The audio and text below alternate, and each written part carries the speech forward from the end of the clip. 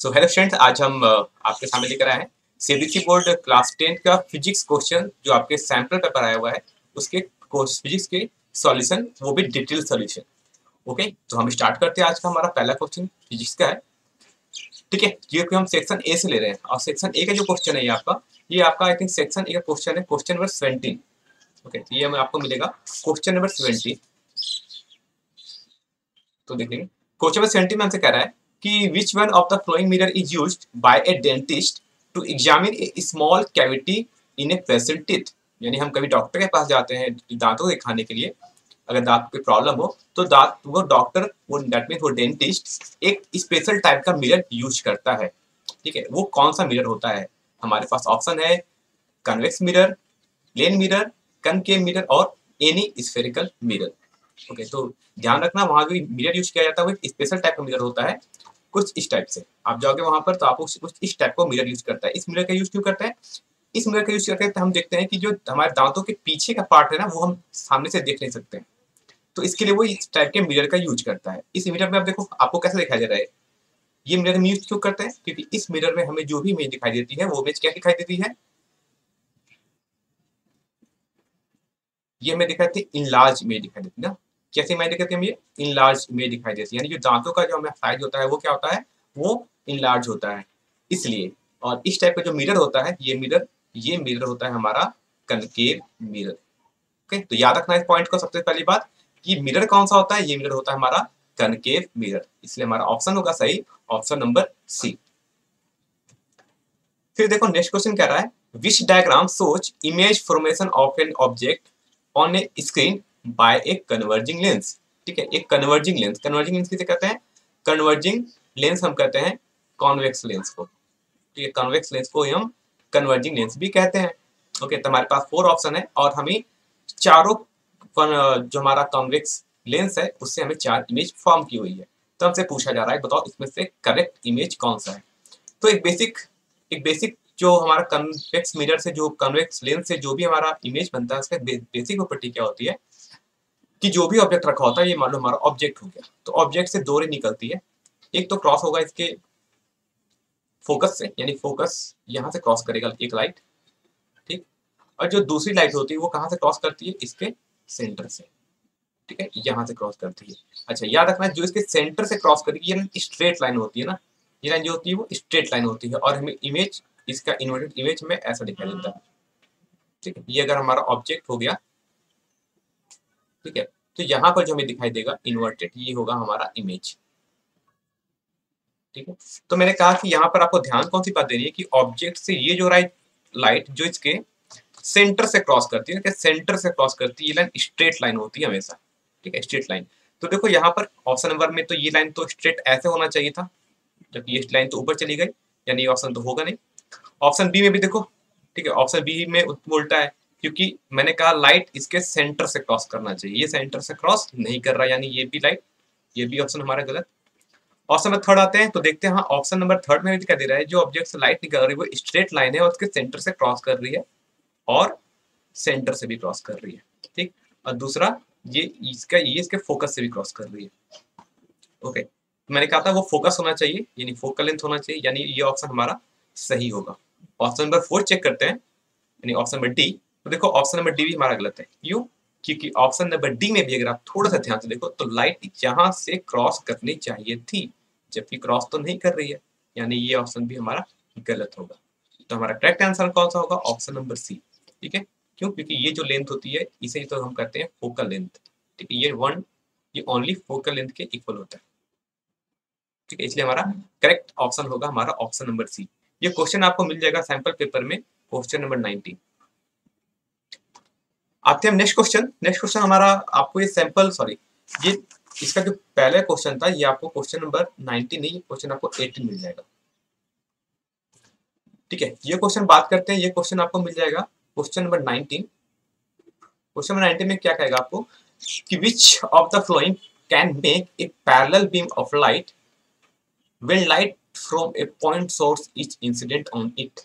कह रहा है कि एक पैरेलल यानी कौन सा है, अगर एक पॉइंट सोर्स हो, वो पॉइंट सोर्स को हम कहाँ पर रखें, किस पॉइंट पर रखें ताकि आफ्टर रिफ्लेक्शन और रिफ्रैक्शन जो हमें लाइट हो, ठीक है, यानी आफ्टर रिफ्रैक्शन या रिफ्लेक्शन वो लाइट कैसी बन जाए, पैरेलल बीम बन जाए। तो देखते हैं कब कब ऐसा हमारे पास दो सिचुएशन आता है।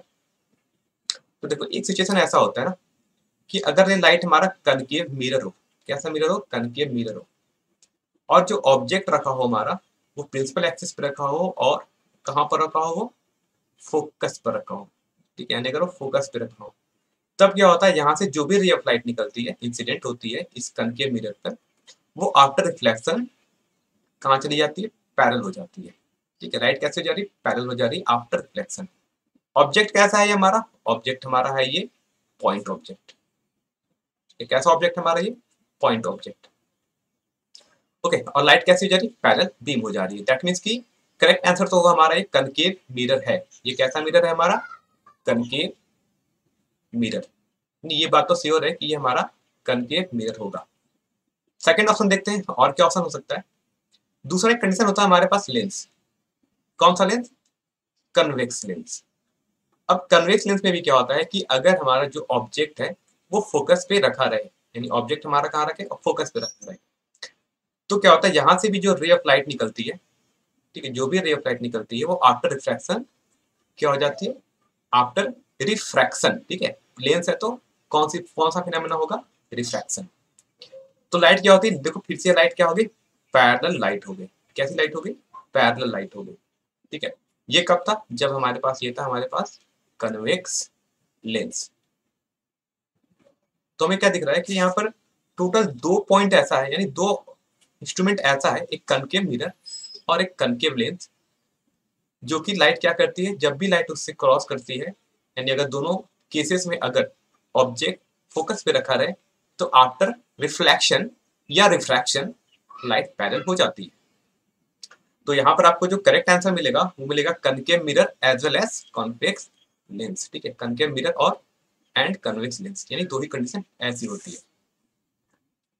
आते हैं नेक्स्ट क्वेश्चन पे। ये क्वेश्चन आपको मिलेगा क्वेश्चन नंबर 20। कह रहा है consider this indices of refraction, ठीक है। Indices of refraction that means हमें दिया हुआ है रिफ्रैक्टिव इंडेक्स, ठीक है। किसी का दिया हुआ देखते हैं। पहला हमें दिया हुआ है ग्लास के बारे में, ठीक है। ग्लास का रिफ्रैक्टिव इंडेक्स देखते हैं हमें कितना दिया है। ग्लास का जो रिफ्रैक्टिव इंडेक्स है वो हमें गिवन है 1.52, ठीक। सेकंड हमें दिया है एयर। एयर का जो रिफ्रैक्टिव इंडेक्स दिया है वो हमें दिया हुआ है 1.0003। और थर्ड हमें दिया है वाटर। वाटर का जो हमें रिफ्रैक्टिव इंडेक्स दिया हुआ है वो है 1.333।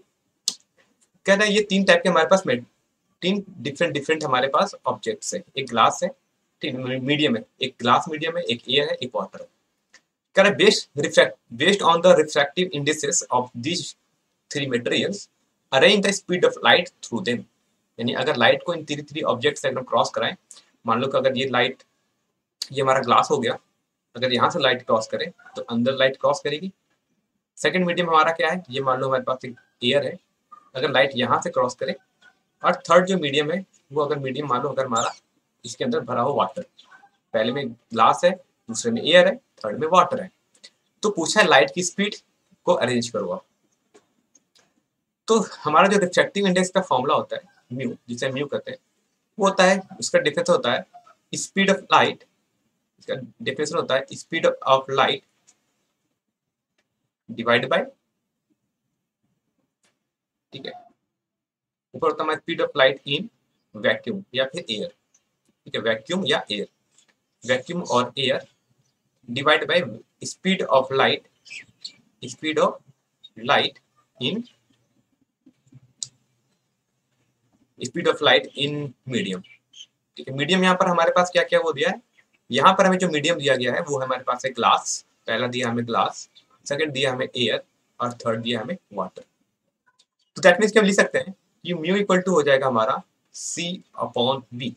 अगर v को डिनोट करते हैं speed of light in medium, this implies जो हमारा वेलोसिटी होगा वो क्या होगा, c बाई म्यू, ठीक है। यानी this implies speed of light क्या है, कांस्टेंट है, ठीक है। हम सभी को पता है स्पीड ऑफ लाइट कांस्टेंट है और इसकी वैल्यू होती है 3 × 10⁸ मीटर पर सेकेंड, ठीक है। ये वैल्यू कांस्टेंट है स्पीड ऑफ लाइट। तो यहाँ से कह सकते हैं कि जो हमारी वेलोसिटी होगी इन मीडियम वो inversely proportional to the refractive index, ठीक है, यानी हमारा जो वेलोसिटी होगा इन मीडियम में वो क्या होगा, inversely proportional to refractive index, यानी जिसका रिफ्रैक्टिव इंडेक्स ज्यादा, सिंस ये बात हो रहा है यहाँ पर इनवर्सली का, यानी जिसका रिफ्रैक्टिव इंडेक्स ज्यादा उसकी स्पीड कम। तो सबसे ज्यादा रिफ्रैक्टिव इंडेक्स किसका है, सबसे ज्यादा रिफ्रैक्टिव इंडेक्स है हमारा ग्लास का, तो सबसे स्पीड कम होगी ग्लास की, ठीक, यानी speed of light in glass में सबसे कम होगा। दैट मीन्स ऑप्शन नंबर दिख सकता है आपको 1 या 3। इसके बाद रखते हैं, इससे थोड़ी सी स्पीड ज्यादा किसमें होगी, क्योंकि इससे थोड़ा सा रिफ्रैक्टिव इंडेक्स ज्यादा है हमारा वाटर का। दैट मीन्स कि इससे थोड़ी सी स्पीड ज्यादा होगी वाटर की, तो इससे थोड़ा स्पीड हमें वाटर मिलता है कहाँ पर, यहाँ, यानी इस पर वाटर का। और सबसे कम रिफ्रैक्टिव इंडेक्स है हमारा एयर का, तो सबसे ज्यादा जो स्पीड होगी वो होगी हमारे एयर में, यानी एयर में सबसे ज्यादा स्पीड, उससे कम वाटर में और सबसे कम ग्लास में। तो हमारा करेक्ट आंसर होगा option number C. Okay, I hope question आपको, सॉल्यूशन आपको समझ